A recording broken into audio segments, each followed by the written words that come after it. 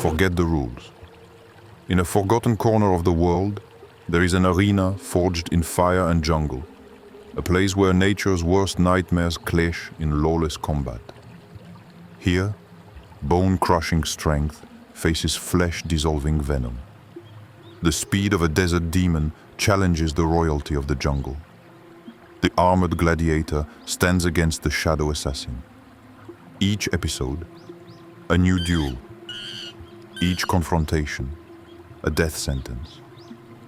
This is not survival. It is war. This is Indonesian arena. You have just entered. The doors have closed. If you have what it takes to witness every battle and every kill, subscribe now. Leave your mark of combat with a like and activate the bell so you'll be the first to hear the battle cry when the next duel begins. You don't want to be late.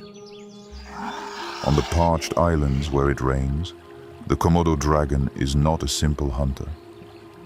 It is the embodiment of patient death. Its forked tongue probes the air, deciphering the promise of blood from miles away. Its body is a mobile fortress, an armored relic of a forgotten time, but its primary weapon is a masterpiece of biochemistry. Hidden in its jaws lies a cocktail of venom. It does not kill instantly, but condemns. Its toxins act as a powerful anticoagulant and cause massive shock, ensuring that any wound is a slow and inexorable death sentence.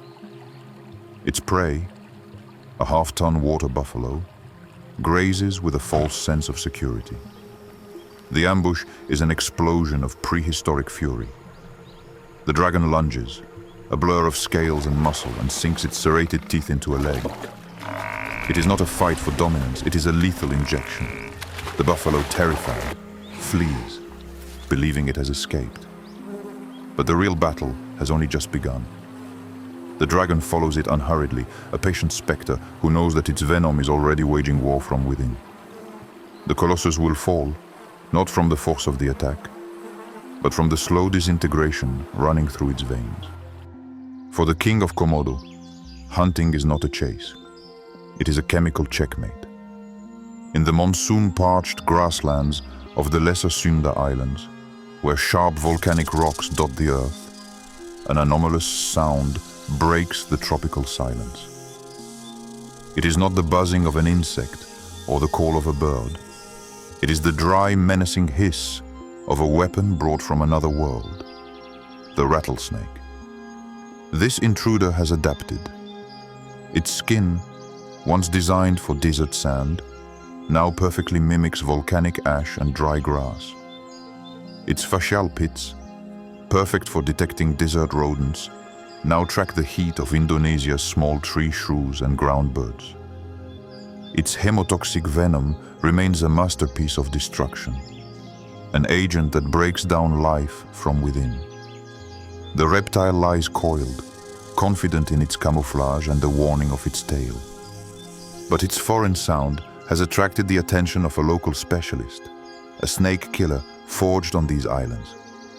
Agile, intelligent, and relentless. A natural adversary emerges from the rocks. The Javan mongoose. The duel begins. The rattle vibrates. A frequency of death that the mongoose, with generations of experience with cobras and crates, interprets correctly. It does not retreat. It dances. It moves with electric fluidity, a blur of bristling fur designed to provoke attack. The snake, an ambush predator, is forced into a battle of reflexes. The attack is lightning fast. The fangs shoot toward the mongoose. But the mammal is faster. It leaps, spins in the air, and, as the snake recovers, attacks. It does not aim for the body. Its target is the nape of the neck, the only weakness. In an instant, its jaws close on the base of the reptile's skull. The rattling of the rattle stops abruptly. In the cruel theater of Indonesia, the most fearsome venom from another continent is not enough. Here, victory belongs to the speed and fury of the local killers. In the humid undergrowth of Sumatra, where sunlight surrenders to an impenetrable canopy, the emperor of all snakes slithers. It is not a simple predator, it is a specialist in killing other killers. It is the king cobra, and its scientific name reveals its vocation, the one that eats snakes. With a length that can exceed 5 meters, it is a force of nature. Its body is a river of dark muscle and concentrated power. When threatened or challenged, it is capable of lifting a third of its body off the ground, opening its narrow hood and looking down on its rivals not as a beast but as a monarch passing judgment. Its venom is a king's weapon, fast, overwhelming, and definitive. It is a neurotoxin of devastating potency, injected through fixed fangs. It does not break down tissue, it simply turns off the lights.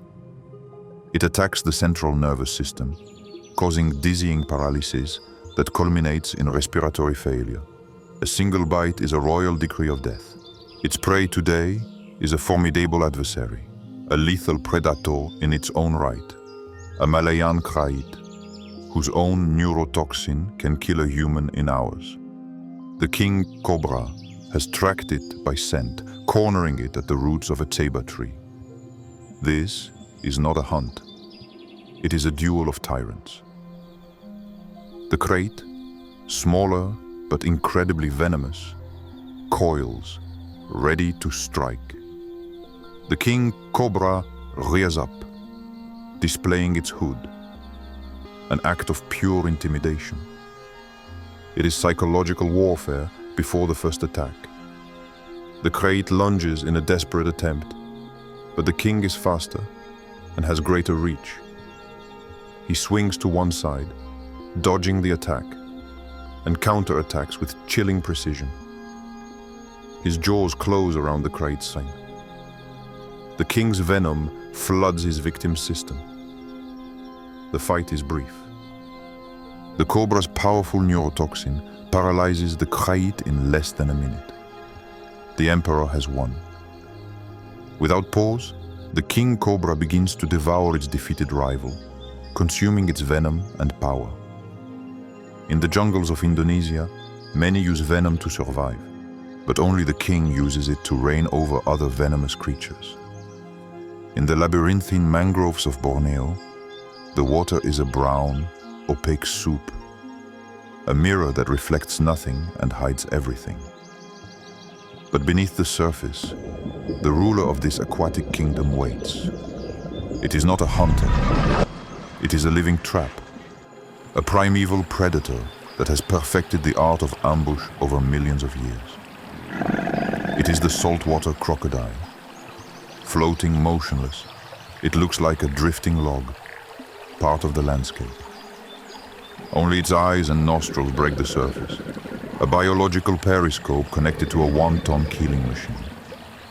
Its weapon is not a subtle poison, but the most crushing force on the planet. A jaw that closes with the pressure of an industrial press, designed not to cut, but to pulverize bone. Its patience is geological. It can wait hours, even days, for the perfect moment. And that moment comes. A bearded boar, thirsty and cautious, approaches the shore. It knows danger lurks, but the need to drink is stronger. It sniffs the air, drinks quickly, ready to flee at the slightest sound. But the crocodile's attack is soundless. The water explodes in an implosion of power. There is no chase, just a moment of ballistic violence. The jaws, a trap of bone and teeth, close on the boar's head with a dull snap that instantly shatters the skull. The boar's struggle is futile, a brief spasm against an irresistible force. The crocodile does not stop. It drags its prey into deeper water and begins the final part of the ritual, the death roll. Its 6-meter body becomes a vortex of violence, a centrifuge that tears flesh and ensures a quick and devastating death. The water turns red, and then, as quickly as it began, calm returns. Only the ripples on the surface betray the brutality that has just occurred. In the waters of Indonesia, speed is an illusion and venom is irrelevant. Here, only one law reigns: the crushing pressure of the oldest and most powerful jaw in the world. You have witnessed the power that pulverizes bone. If that display of brute force has left you breathless, hit the like button. There are more titans like this waiting in the shadows, each more lethal than the last. Subscribe to face them all and activate the bell to know exactly when the next carnage will unfold.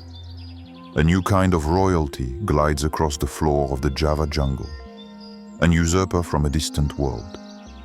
Its scales, with bold ring patterns, are a declaration of war against camouflage. It is not the largest nor the fastest, but it wears an invisible crown and almost complete indifference to poison. It is the king cobra, and its weapon is not chemistry, but pure muscle and brute force. This reptile is a living steel bar. Every inch of its body is dense muscle designed for a single purpose: crushing. It has no venom, no thermal pits, no warning rattles. Its strategy is direct confrontation, a confidence born of a strange immunity to toxins that would knock down creatures 10 times its size. His audacity leads him to an encounter with a local noble, a Java spitting cobra, master of long-range venom. The cobra, seeing the intruder, instantly rears up, hood extended and hissing, promising a painful death. It sees the king as a threat, not prey. The cobra strikes first, not with its fangs, but with a spray of venom. It fires a fine mist of neurotoxin directly into the snake king's eyes, a weapon designed to blind and neutralize. The king flinches, but does not retreat. The venom, which would burn the cornea of any other animal, is only a nuisance. Frustrated, the cobra strikes again, this time biting, injecting its potent venom directly into the usurper's body. The fangs sink in, but the venom encounters a physiology that refuses to yield. It is useless. And in that instant of contact, the king strikes. Ignoring the bite, his jaws close around the cobra's head. In one fluid, devastating motion, his body wraps around the cobras in a spiral prison. The real battle begins. Neurotoxin versus constriction. With each exhalation from the cobra, the king's coils tighten, a hydraulic press cutting off blood flow to the brain and collapsing the lungs. The power of the venom fades when the heart that pumps it is stopped by a superior force. In the jungles of Indonesia, a new king has arrived. A foreign tyrant who needs no crown or venom, because his body is both weapon, armor, and antidote. In the emerald canopy of the Borneo rainforest, life and death unfold on a vertical plane. Here, suspended in the maze of vines and broad leaves, resides a living jewel, a creature of such hypnotic beauty that it seems sculpted by the gods of the jungle. It is the temple viper, the silent guardian of the canopy. Its body is a canvas of vibrant green, black, and yellow, a disruptive camouflage that makes it just another leaf among millions. It is not an active hunter. It is the embodiment of patience. It can remain on the same branch for weeks, a motionless ornament whose stillness is its greatest weapon. Its heat-sensitive pits rid the world in a spectrum of heat, detecting a heartbeat in the darkness. Its venom is a powerful hemotoxin, a destructive agent that does not attack the nerves but dissolves tissue. It is a poison that melts its prey from within, causing massive bleeding and agonizing pain. Its fangs, long and articulated, fold into its mouth, ready to spring forward like razors.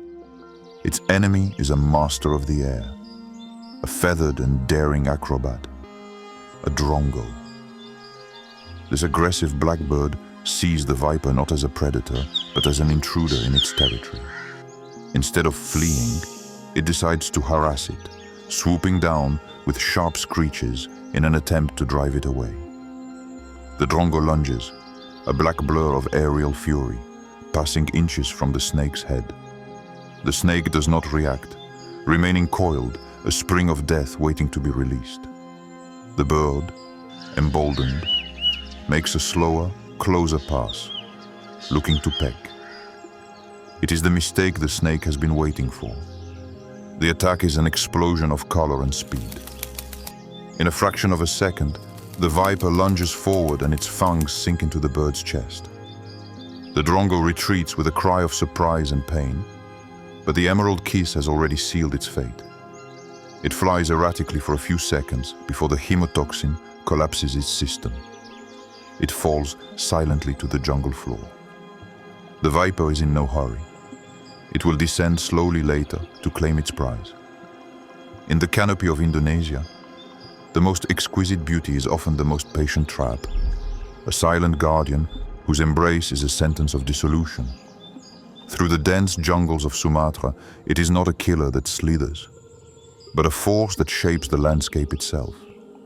It is not a predator, but an architect of the jungle, an ancestral soul with a memory that spans generations. It is the Sumatran elephant, a herbivorous titan whose power lies not in venom, but in intelligence, loyalty, and a strength capable of bringing down the forest. Its body is a fortress of thick leather and dense bone, a living wall. Its weapons are not designed for hunting, but for defense. Ivory tusks capable of skewering and a trunk that is a marvel of evolution, capable of uprooting a tree or throwing a predator into the air. However, its greatest power is collective. They move as a unit, communicating in infrasound that the human ear cannot perceive. A social network led by a matriarch, whose wisdom is the herd's main defense. Danger lurks in the shadows. A Sumatran tiger, the island's apex predator, follows the herd. It is a ghost of orange and black stripes, desperate with hunger. Its target is not the adult colossus, but the weakest link. A young calf walking protected between its mother's legs. The tiger waits for the perfect moment, a brief separation. But it underestimates the power of the herd. The matriarch, alert to every sound and smell, detects the threat before it materializes. A low, guttural roar rumbles through the group, a silent alert that puts every member on guard. The tiger lunges. It is an explosion of muscle and claws aimed at the calf. But before it can touch its prey, it crashes into a wall. The calf's mother steps in, bellowing with a fury that shakes the leaves. Within seconds, the rest of the herd executes a maneuver perfected over millennia. They form an impenetrable circle around the youngster, a fortress of gray bodies with their heads pointing outward. The tiger, a supreme killer, now faces not a prey, but an army. The matriarch leads a fake charge, a terrifying show of power. The ground shakes. The air is filled with a deafening sound. It is the collective anger of a family fighting for one of their own. Faced with overwhelming force and coordinated intelligence, the tiger has no choice but to retreat, disappearing back into the jungle. In the jungles of Indonesia, the deadliest battle is not always won by the most potent venom or the sharpest claws. Sometimes it is won by an unbreakable bond, a living fortress of love and fury that even the kings of the jungle dare not fight. On the damp forest floor of Borneo, covered by a carpet of decaying leaves, a tireless gladiator moves. It is not an apex predator, but an armored forager, a battering ram of muscle and bristles that lives in a state of perpetual war. It is the bearded boar, the indomitable fighter of the undergrowth. Its life is a constant search for food, guided by a prodigious snout capable of unearthing the deepest roots and detecting the slightest trace of fallen fruit. Its body is low, dense, and built like a rock. But it is its weapons that command respect. Two tusks, sprouting from its lower jaw, curved upward like ivory scimitars. They are not for hunting, but for disemboweling anyone who makes the mistake of considering it easy prey. Danger watches from above. Hidden in the branches of a tree, a ghost of the jungle has marked him. The Sunda-clouded leopard, Neophelis diardi, a specialist predator with the longest canines of any feline, waits for the exact moment to ambush. The wild boar, focused on its task, suddenly freezes. A strange smell, an unnatural silence. Too late. The panther falls from the tree like a silent shadow, landing on the boar's back. Its claws sink into the thick skin, and its huge fangs seek the nape of the neck for a deadly bite. But the boar is no deer. It does not flee. It bellows with explosive fury and lunges into the undergrowth, using its own body as a blunt weapon. It crashes violently into a tree trunk, trying to crush the feline it is carrying on its back. The panther, surprised by the brutal resistance, loses its grip for a second. That's all the boar needs. It shakes off the predator and spins around, lowering its head to bare its tusks. The battle has changed. It is no longer an ambush, but a face-to-face duel. The boar, wounded and enraged, charges. It is a charge of pure force, its bone blades aimed directly at the cat's soft belly. The panther, agile and swift, leaps to one side, narrowly avoiding the deadly attack. But one of the boar's blades opens a deep gash in its flank. The hunter, now wounded, reassesses the situation. The prey is too dangerous. The reward not worth the risk of death. With a growl of frustration, the panther retreats, disappearing back into the safety of the canopy. The boar, bleeding but victorious, remains in the clearing, snorting. In the jungles of Indonesia, predators learn a hard lesson. Some prey are not meant to be hunted. Some prey are warriors who respond to stalking with a fury that leaves the earth stained with the blood of both combatants. In the savannas that dot the Indonesian archipelago, where the jungle gives way to tall grass and rocks, a feathered anachronism moves. It does not fly, but runs, a blur of brown feathers and a bristling crest that gives it the air of a miniature dinosaur. It is the roadrunner, a ghost of the desert that now lurks in a new, greener world. This bird is the embodiment of terrestrial speed. Its legs are not made for perching, but for devouring distance in bursts of incredible acceleration. Its beak is a bone dagger, precise and lethal. But its most formidable weapon is a tactical mind and legendary audacity, especially when faced with the world's most venomous reptiles. It is a snake killer, and its reputation has followed it across the oceans. Its path crosses with one of the territory's owners, a Sumatran spitting cobra, basking on a warm rock. The cobra, sensing the bold approach, rears up instantly, spreading its hood in an unmistakable warning. It hisses, a sound that would paralyze most creatures. The roadrunner does not stop. He lowers his head, raises the feathers on his crest, and wags his tail. It is not a posture of fear, but an acceptance of a duel. The cobra begins the fight with its most treacherous weapon. It shoots a stream of liquid neurotoxin, aiming directly at the bird's eyes. But it is facing a creature whose speed is almost an act of teleportation. The roadrunner swerves an instant before the shot, and the poison is lost harmlessly in the grass. The dance of death begins. The bird moves in erratic circles around the snake, with unpredictable feints and changes of direction, forcing the cobra to follow its frenetic pace. The cobra attacks again and again, lunging its head forward with astonishing speed. Each time, the roadrunner jumps backward or to the side, dodging the fangs with insulting precision, often millimeters from death. The bird is wearing the snake down, waiting for its moment. After a particularly violent lunge, the cobra takes a fraction of a second longer to retract. It's the only opening the roadrunner needs. Instead of retreating, it lunges forward. Its beak, like a war hammer, strikes the back of the cobra's hood. One blow, two, three, with brutal force and precision.